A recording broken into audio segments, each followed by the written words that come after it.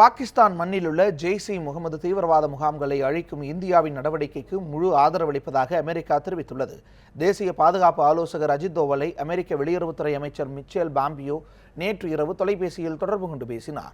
அப்போது எல்லை தாண்டிய பயங்கரவாதத்திற்கு முடிவுக்கு கொண்டு வர அமெரிக்கா ஆதரவு அளிக்கும் என்று கூறியதாகவும் தகவல் வெளியாகியுள்ளது. இந்த நிலையில் இந்தியாவும் பாகிஸ்தானும் போர் பதற்றத்தை தணிக்க வேண்டும் என ஜப்பான் வேண்டுகோள் விடுத்துள்ளது. அந்நாட்டின் வெளியுறவுத்துறை அமைச்சர் டரோ கோனோ டோக்கியோவில் செய்தியாளர்களுக்கு அளித்த பேட்டியில் இவ்வாறு தெரிவித்துள்ளார். இரு நாடுகளும் பேச்சுவார்த்தை மூலம் பிரச்சினைக்கு தீர்வு காண வேண்டும் என்றும் அவர் வேண்டுகோள் விடுத்துள்ளார்.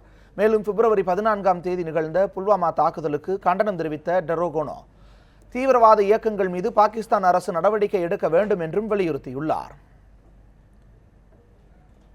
இதனிடையே இந்தியா பாகிஸ்தான் எல்லையில் நிலவி வரும் பதற்றத்தை எவ்வாறு கையாள்வது என்பது குறித்து விவாதிக்க மத்திய அமைச்சரவை இன்று கூடுகிறது.